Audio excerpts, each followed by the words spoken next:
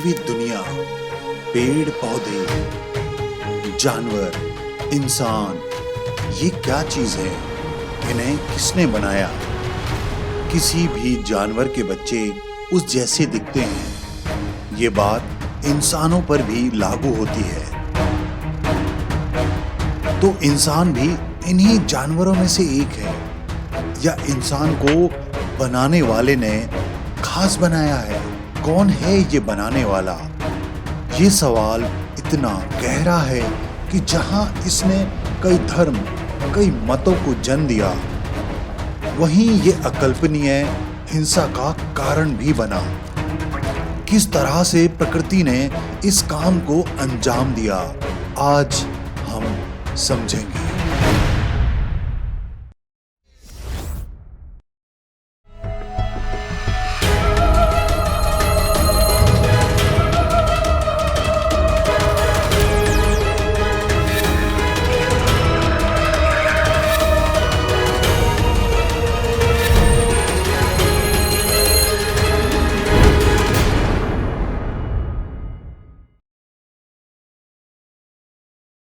जीवन क्या है, ये समझने के लिए हमें उसी रास्ते से गुजरना पड़ेगा जिस पर आज तक के महानतम साइंटिस्टों को गुजरना पड़ा था। इसकी शुरुआत हम करते हैं एक ब्रिटिश साइंटिस्ट जिसका नाम था रॉबर्ट हुक। रॉबर्ट हुक ने माइक्रोस्कोप से एक प्याज के छिलके को देखा तो उसे कुछ खाने, ब्लॉक्स जैसी चीजें दिखी जो उसे किसी मोनास्ट्री के कमरे की याद दिलाती थी जिसे सेल कहते थे। इसी पे उसने उसका नाम सेल रख दिया और आज भी पूरी मॉडर्न मेडिसिन इसी सेल थ्योरी पर आधारित है। अब उस जमाने में रॉबर्ट हुक लंदन के मशहूर रॉयल सोसाइटी के एक ऊंचे ओहदे पर काबिज था, लेकिन था वो थोड़े खड़ूस स्वभाव का। अब इसी दौरान नीदरलैंड में एक कपास व्यापारी, मतलब एक कॉटन मर्चेंट था जिसका नाम था एंटनी वैन लेeuwenhoek। कपड़ा व्यापारी होने के कारण उसे कपड़ों को बड़ी गौर से, बड़ी बारीकी से देखना होता था। इसी के लिए उसने अपना एक अलग माइक्रोस्कोप बनाया जो उस जमाने के किसी भी माइक्रोस्कोप से ज्यादा पावरफुल था। अब खाली टाइम में लेeuwenhoek माइक्रोस्कोप से अलग अलग चीजों को देखता रहता, और जैसा हम जानते हैं साइंस का एक बड़ा हिस्सा है चीजों को देखना, गौर से देखना, जूम करके देखना। अब ये कभी मिट्टी को देखता, कभी पत्तों को देखता, कभी पानी को देखता। एक बार जब ये पानी को देख रहा था तो उसने देखा कि इसमें कुछ बड़ी तेजी से चलने फिरने, तैरने वाले जानवर की तरह का कुछ है। अब ये जीव इतने छोटे होते हैं कि आज तक किसी ने इन्हें देखा ही नहीं था। पहले तो इसे अपनी आंखों पर विश्वास नहीं हुआ, लेकिन फिर धीरे धीरे ये इन्हें गहराई से नोट करने लगा। उसने इसके बड़े डिटेल पिक्चर्स बनाए और पूरे डिटेल्स के साथ इसने इन कागजातों को लंदन की रॉयल सोसाइटी को भिजवा दिया। अब जब ये कागजात रॉयल सोसाइटी पहुंचे तो इन्हें रॉबर्ट हुक को दिखाया गया, क्योंकि वही इन चीजों का सबसे माना हुआ उस्ताद था। अब रॉबर्ट हुक मशहूर था दूसरों को क्रिटिसाइज करने में या दूसरों के आविष्कारों को अपना बताने में, इसलिए लोग उसे ज्यादा पसंद नहीं करते थे। यहाँ तक कहा जाता है कि उसका आइजैक न्यूटन से इतना बड़ा झगड़ा हुआ कि मरने के बाद न्यूटन ने उसकी सारी पेंटिंग, सारी मूर्तियां उड़वा दी। अब ऐसे आदमी रॉबर्ट हुक को जब एंटनी वैन लेeuwenhoek के भेजे हुए पिक्चर्स दिखाए गए, वो अपने माइक्रोस्कोप से पानी को देखने की कोशिश करने लगा। अब जाहिर सी बात है इसके खुद के माइक्रोस्कोप से ये चीज़ें उसे नहीं दिखती। फिर उसने बड़ी अदा से रॉयल सोसाइटी को चिट्ठी लिखी कि चाहे तो हमारा माइक्रोस्कोप खराब है या तो ये जानवर केवल नीदरलैंड के पानी को ही पसंद करते हैं। अब चिट्ठी तो उसने लिख दी, लेकिन इसके अंदर एक अजीब सी खुजली मची हुई थी। ये अपने माइक्रोस्कोप से दिन रात पानी को देखता और उसे कुछ नज़र नहीं आता। वो फिर देखता और उसे फिर से कुछ नज़र नहीं आता। उसने लेंस पे लेंस लगाए, ज़मीन आसमान एक कर दिए। न जाने कितनी आंख मिचौली के बाद अंत में उसे वो जानवर दिखे जिसे हम बैक्टीरिया कहते हैं। इस तरह से लेeuwenhoek के आंखों से इंसान ने पहली बार उन जीवों को देखा जो सबसे पहले बने थे, सिंगल सेल्ड ऑर्गेनिज्म। हमें ये मालूम है कि साइंस की डिटेल्स व्यूअर्स को घटाती है। प्रसिद्ध वैज्ञानिक स्टीफन हॉकिंग ने अपनी एक किताब में लिखा था कि उन्हें कहा गया कि हर एक मैथमेटिकल इक्वेशन उनकी किताब की बिक्री को आधी करता जाएगा।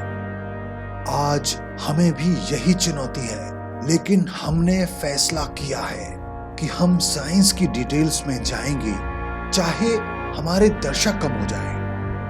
कुछ बातें इतनी महत्वपूर्ण, इतनी फंडामेंटल होती हैं कि उन्हें बताए बिना आगे बढ़ जाना हमारे लिए अधर्म होगा। एक ऐसी ही मूल बात है कि प्रकृति ने केवल 4 मामूली से केमिकल्स को जोड़कर इतनी नायाब और विविध दुनिया की रचना की है।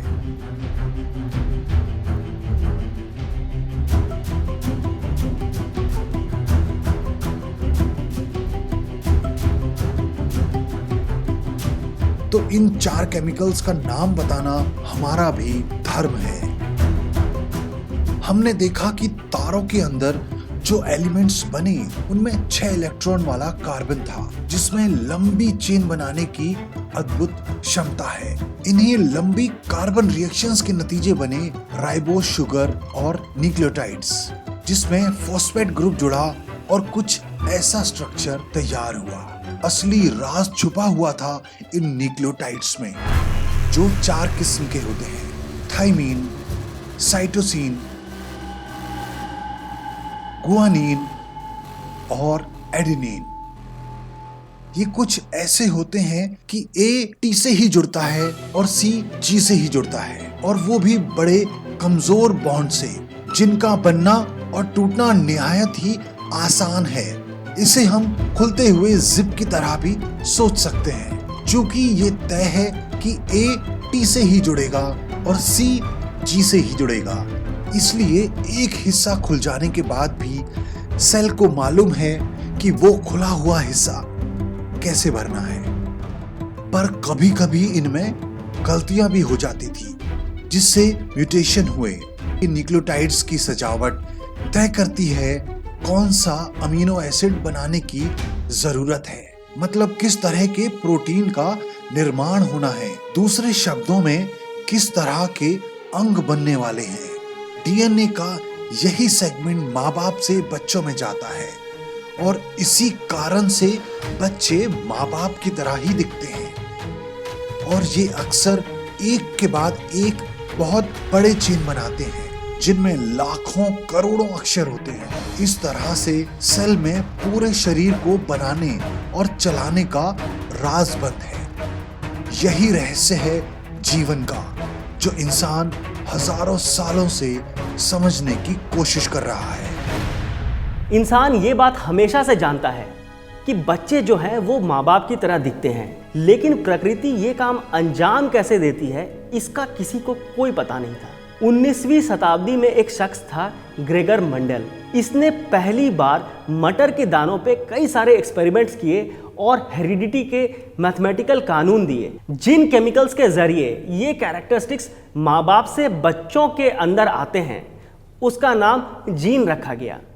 1920 तक ये पता चल गया था कि ये जो जीन है ये कहीं ना कहीं सेल के न्यूक्लियस में छिपा है, जो कि क्रोमोसोम नाम की चीज में होता है। अब सेल के अंदर 2 तरह के केमिकल होते हैं, एक डीएनए और दूसरा प्रोटीन। डीएनए जहां एक बड़ा ही सिंपल मॉलिक्यूल है, वहीं प्रोटीन बड़ा कॉम्प्लेक्स है और ये कई तरह के होते हैं। इसीलिए ज़्यादातर लोगों ने इन जीन्स के होने की गुंजाइश प्रोटीन में ही समझी।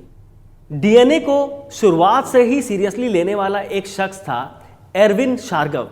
इसने एक बड़ी महत्वपूर्ण बात बताई, वो ये कि डीएनए के अंदर जो ए की मात्रा है वो टी के बराबर है और सी की जो मात्रा है वो जी के बराबर है। ये बात एक बड़ा ही इंपॉर्टेंट इशारा कर रही थी। इसका मतलब है कि ए जो है वो ज़रूर टी से जुड़ा है और सी जो है वो जी से जुड़ा है। अब ये कहानी बहुत ही रोमांचक मोड़ लेने वाली थी, क्योंकि कैम्ब्रिज यूनिवर्सिटी के कैवेंडिश लेबोरेटरी में 2 नौजवानों ने सदियों पुराने इस रहस्य को सुलझाने की कसम खा ली थी। उनमें से एक था 23 साल का अमेरिकन जेम्स वॉटसन। इंग्लैंड आने के बाद वो एक फिजिसिस्ट फ्रांसिस क्रिक से टकराया। साइंस के प्रति आग के कारण दोनों में गहरी दोस्ती हो गई और अब वो साथ मिलके दिन रात इस हेरिडिटी की गुत्थी को सुलझाने में लग गए। उनका मानना था कि ये राज जरूर डीएनए में ही छुपा है। अगर वो इसके स्ट्रक्चर को समझ लें तो शायद डीएनए काम कैसे करता है ये भी वो समझ लेंगे। समय के साथ डीएनए को सुलझाने का भूत इन दोनों पर बढ़ता ही जा रहा था। वहीं से थोड़ी दूर लंदन में भी इस पर काम चल रहा था। यहाँ अभी अभी आई एक नई तरह की फोटोग्राफी जिसे एक्सरे क्रिस्टलोग्राफी कहा जाता है, उस पर काम चल रहा था। इसमें दो प्रमुख लोग थे, मॉरिस विल्किंस और क्रिस्टलोग्राफी की माहिर रोजालिंड फ्रैंकलिन। झमेला ये था कि इन दोनों में प्रोजेक्ट की लीडरशिप को लेके अपना ही एक तनाव चल रहा था। भले ही ऊपर से नहीं, लेकिन डीएनए स्ट्रक्चर को लेके क्रिक, वॉटसन और रोजालिंड फ्रैंकलिन के बीच एक कड़ी रेस चल रही थी। किसी भी कीमत पर दोनों ही पार्टी इसे सुलझाना चाहते थे, लेकिन ये बस दो लोगों की रेस नहीं थी, ये पूरा लव ट्रायंगल था। तीसरी पार्टी में वजन सबसे ज्यादा था। दो नोबेल प्राइज हासिल करने वाले लाइनस पॉलिंग भी इस दौड़ में शामिल हो गए। ये इस दौर के सबसे माने हुए केमिस्ट थे। इन्हीं का वजन था जो वॉटसन और क्रिक को सोने नहीं दे रहा था। वॉटसन, क्रिक और पॉलिंग दोनों को शक था कि ये जो डीएनए है ये जरूर किसी ना किसी तरह हीलिक्स है, मतलब स्प्रिंग की तरह घूमी हुई चीज है। लेकिन ये आपस में जुड़ा कैसे है ये इनकी समझ में नहीं आ रहा था। रेस में आगे रहने के कारण अक्सर वॉटसन और क्रिक लंदन का चक्कर लगाया करते थे। इसी दौरान वॉटसन ने रोजालिंड फ्रैंकलिन के एक इम्पॉर्टेंट लेक्चर को अटेंड किया, जहां पर उन्होंने कुछ डिटेल्स को रिवील किया। इस लेक्चर में बताए गए डिटेल्स को वो जैसे तैसे रट के वापस कैम्ब्रिज भागा। अब उसे कुछ आधी अधूरी बातें याद रही, जिन पर बेस्ड उन्होंने एक मॉडल बनाया और जल्दी में पब्लिश भी कर दिया, जो कि गलत था। अब जब रोजालिंड फ्रैंकलिन ने इनकी गलती देखी तो वो मन ही मन बड़ी खुश हुई, और यही नहीं, उन्होंने डीएनए हेलिक्स के मौत पे एक तंज भरा शोक पत्र भी लिखा। इस बेइज्जती से वॉटसन और क्रिक बौखला गए और अब उन्हें इस पर काम करने से रोक दिया गया। लेकिन वो इतना आगे बढ़ चुके थे कि अब इनके लिए पीछे हटना नामुमकिन था। अगले कुछ महीने तक ये छुप छुपा कर इस पर काम करते रहे। इस बीच उन्होंने सुना कि अमेरिका में लाइनस पॉलिंग डीएनए की स्ट्रक्चर को लेके कुछ पब्लिश करना चाहते हैं। उन्होंने मान लिया अब रेस खत्म। लेकिन बाद में पता चला कि उन्होंने भी कुछ वैसी ही गलती की थी जो वॉटसन और क्रिक बंधुओं ने की थी। खैर, दोनों ने चैन की सांस ली। अब वॉटसन खुशी खुशी ये खबर सुनाने लंदन भागा, लेकिन वहां रोजालिंड फ्रैंकलिन ने उसकी बातों पर ज्यादा गौर नहीं किया।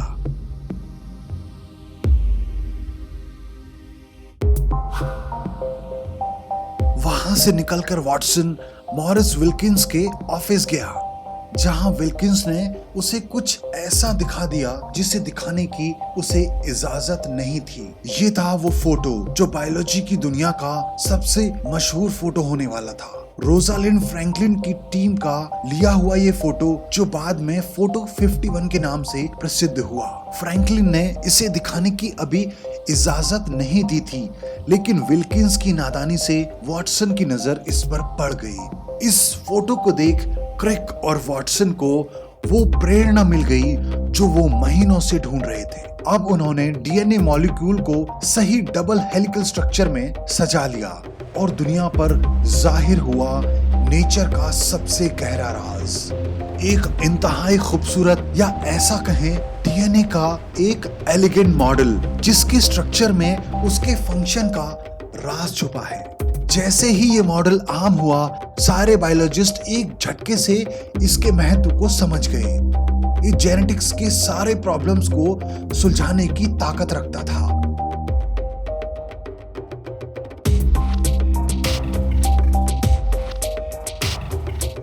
आठ साल बाद वॉटसन, क्रिक और विल्किंस को इसके लिए नोबेल पुरस्कार दिया गया। लेकिन रोजालिंड फ्रैंकलिन इसमें शामिल नहीं हो पाई क्योंकि 4 साल पहले उनकी मृत्यु हो चुकी थी और मरणोपरांत नोबेल देने की प्रथा नहीं है। तब से रोजालिंड फ्रैंकलिन को डार्क लेडी ऑफ डीएनए कहा जाता है। आगे चल के फ्रांसिस क्रिक ने यह बताया कि किस तरह से सेल के अंदर डीएनए लीड हीरो का रोल अदा करता है और शरीर के हर काम को चलाने वाले प्रोटीन को बनाता है। इस पूरे प्रोसेस को हम संक्षेप में देखते हैं। डीएनए के ए, सी, टी और जी अक्षरों में प्रोटीन बनाने के इंस्ट्रक्शंस लिखे हुए हैं। प्रोटीन बनाने का पहला हिस्सा है डीएनए की जिप का खुल जाना। डीएनए के खुलने के बाद आरएनए पॉलीमरेज मॉलिक्यूल खुले हुए डीएनए स्ट्रैंड का उल्टा बेस बनाते हैं और बनाने के बाद ये खुल के न्यूक्लियस के बाहर निकल जाते हैं। बस ध्यान रहे कि ये डीएनए नहीं आरएनए है, जिसमें बस थोड़ा सा फर्क है और वो ये कि इसमें हर टी की जगह एक यू होता है। अब ये खुला हुआ हिस्सा जिसे एमआरएनए कहा जाता है न्यूक्लियस के बाहर निकल सेल के एक हिस्से राइबोसोम से जा मिलता है, जहां एक एक अक्षर पढ़कर इंस्ट्रक्शंस के अनुसार सही अमीनो एसिड लाया जाता है जो आपस में मिलकर प्रोटीन बनाता है। बड़े ही संक्षिप्त रूप में इसे क्रिक ने लिखा, DNA makes RNA and RNA makes protein. इसे सेंट्रल डॉगमा ऑफ बायोलॉजी कहा जाता है, मतलब बायोलॉजी की दुनिया का ब्रह्म वाक्य। यही संक्षिप्त प्रोसेस जीवन का राज है। हमने बड़ी सारी साइंस की बातें की। अब हम उस सवाल की तरफ बढ़ते हैं जो इंसानियत के लिए सबसे प्रमुख रहा है। हजारों साल से इंसान इस प्रकृति को समझने की कोशिश कर रहा है। किसने एक मृत मिट्टी के ढांचे में जीवन फूंक दिया और ये पेड़ पौधे जानवर सजने लगे।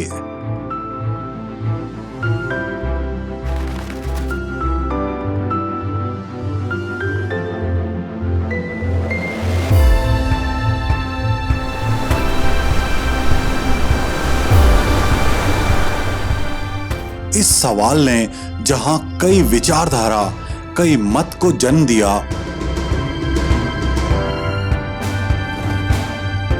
वहीं इस सवाल ने अकल्पनीय हिंसा को भी जन्म दिया।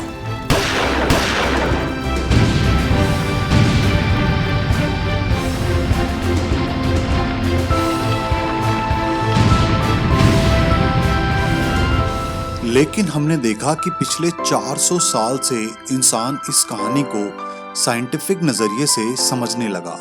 एक के बाद एक कई वैज्ञानिक इस कड़ी में जुड़ते गए।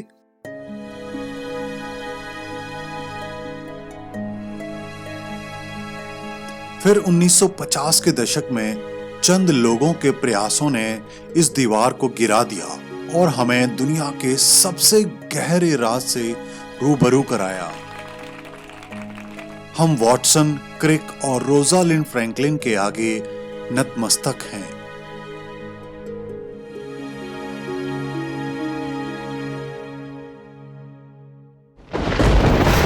हम आगे देखेंगे किस तरह से समंदर की गहराइयों में पेड़ और पौधों का जन्म हुआ, कैसे वो पहले समंदर और बाद में धरती के जानवरों में बदलने लगे, कैसे शुरुआत हुई दुनिया के सबसे भयावह जानवर डायनासोर की और कैसे हुआ उनका अंत।